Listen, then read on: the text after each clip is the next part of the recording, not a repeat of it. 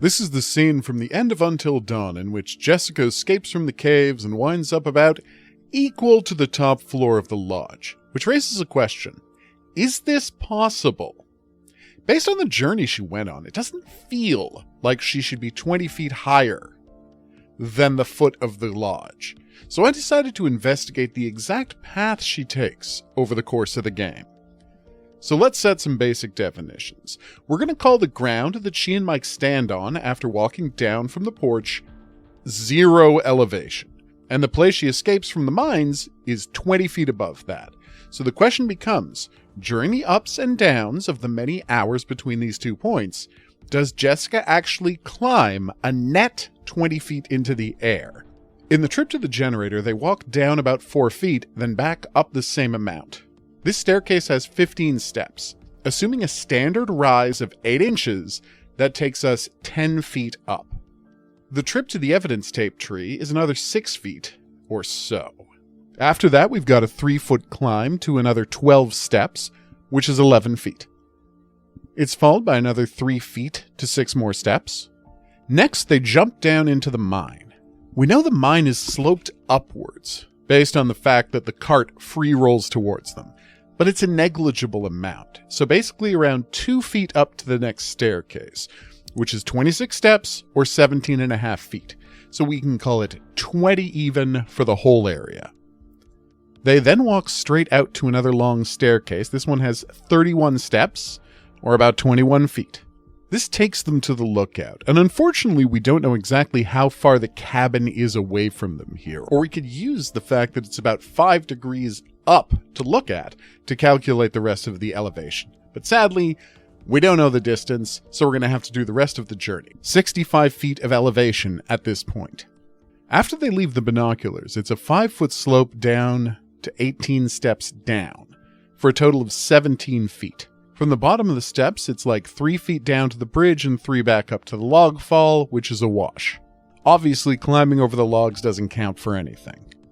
When Mike is chasing Jess, he goes up around 3 feet until the scare. There's a gentle slope leading to the next bridge that takes them up another 5 feet. Here's a total of 14 steps with 2 feet of slope between them. Then they walk up 6 feet and down another 6, so even as they get to the shed. There's about 8 feet of slope when they find the deer.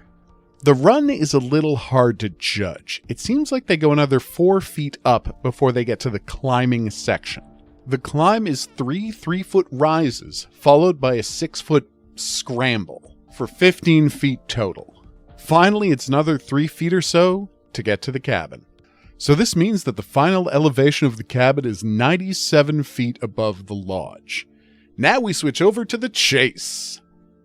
It starts with Mike running up 5 feet, then down 2. Then it's a 25-foot drop down into the ravine. He runs on a slight downslope to the jumping section, then up 6 feet to the edge of the mining pit. The mining pit is quite a drop. That's a 4-story building to the left there, and Mike starts off above its roof, meaning it's about 30 feet from the top until he lands on the platform, and then we see him drop a full 20 feet down to ground level. Once Mike gets into the mine building, it's another 15 steps down. Then he runs down 2 ramps for another 11 feet. Now the one that's the hardest to judge. Exactly how far does Jessica fall when the platform collapses? We see it drop 10 feet before the chains snap, and when Mike looks down and yells, you really get the impression that he can't see any sign of her. And when we get a look where she landed, it's literally at the bottom of the elevator shaft, with the platform landing on rocks in water. So I'm guessing that's gotta be another 20 feet or so. It could be further, but we're gonna call it an extra 20 feet. Then she runs up 5 feet and hides from Hannah, then back down another 5 feet to get to the exit, so no change there. The final total elevation in the chase and afterwards, with a total descent of 120 feet. Jessica ends up 23 feet below where she started at the lodge. So the place she ends up in her final chapter, about 20 feet above the base of the lodge. What about Matt? He also travels through the mines and ends up at the same point, 20 feet above the base of the lodge. But does that make any more sense with him than it did with Jessica? Let's check it out. One clarification though. When we see him meet up with Jessica, he drops down from a ledge. but we have no idea what happened to him jumping off the broken tower and arriving at the area where Jessica is.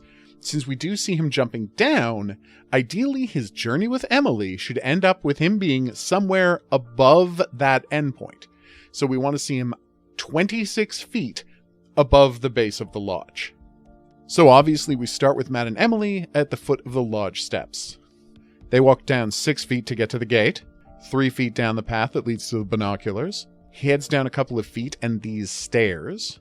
There are 2 staircases that have 9 steps with a foot drop between them. Then 2 more staircases and a small drop before we arrive at the creepy play area, which I'd somehow never actually seen before. It's a 12-foot slope down the path to the picnic table area. They walk 7 feet up this slope, then jump down 5 feet. They walk 10 feet down to the pig's head. Now, we don't see the next part exactly, but we can assume that these stairs here are from the pig's head to the gate, so that's another 6 feet. It's 2 feet down the next staircases, and then 20 steps to the base, then another foot or so at the bottom, for a total of 18 feet to the cable car station. From the cable car station, they climb 5 feet down the ladder, then walk back up the same 5 feet, so that's a wash. Then they walk 25 feet up this winding path, then 2 feet back down to get to the walkway. The walkway has a bit of an incline and 3 sets of steps, moving them up another 10 feet. There's no elevation changes during the deer attack, so long as Matt doesn't fall off the cliff. After escaping the deer, Matt and Emily drop down 6 feet, then walk about 18 feet up this incline. Emily then heads 4 feet up and 4 feet back down to get to this ledge, which is super useful since it lets us see exactly how far down the pit is that the Firewatch Tower falls into. The rim of the hole is 40 feet below her, but the tower slides down another 2 stories and a little more before finally coming to a stop. Finally, Matt jumps down to the tunnel, roughly another 6 feet. So now he's 103 feet below where they started, and 129 feet below where we next see him. While it's technically possible that Matt spent the hours between plummeting down the tower and meeting up with Jessica, climbing 12 stories up through the mines, I think it's fair to say that, given how far off Jessica is from where she should be, we can call Matt a goof as well. Is this something they could have fixed in the remaster? No, of course not. They were using basically the same maps. This one is baked into the game. Although, largely unimportant, it's always fun to check and see if the numbers work out. I've been the Hidden Object Guru. Thanks for watching. If you had a good time and you'd like to see more, there's buttons for that coming up. Questions, comments, suggestions for other Until Dawn videos I should do, go in the comments section below the video. Check out my game, Clown in the Woods, for free on itch.io. It's a blast and a half. Most importantly, though, it is the 10th anniversary of the release of Until Dawn, so we're planning full team coverage of the game. We're going to be streaming the whole thing on Until Dawn Day, when I decide when Until Dawn Day is. You got to figure out when the game is actually set, so if you have any ideas for that, let me know. We'll see you back here for more Until Dawn videos, but until then, I'll say that's right. Au revoir.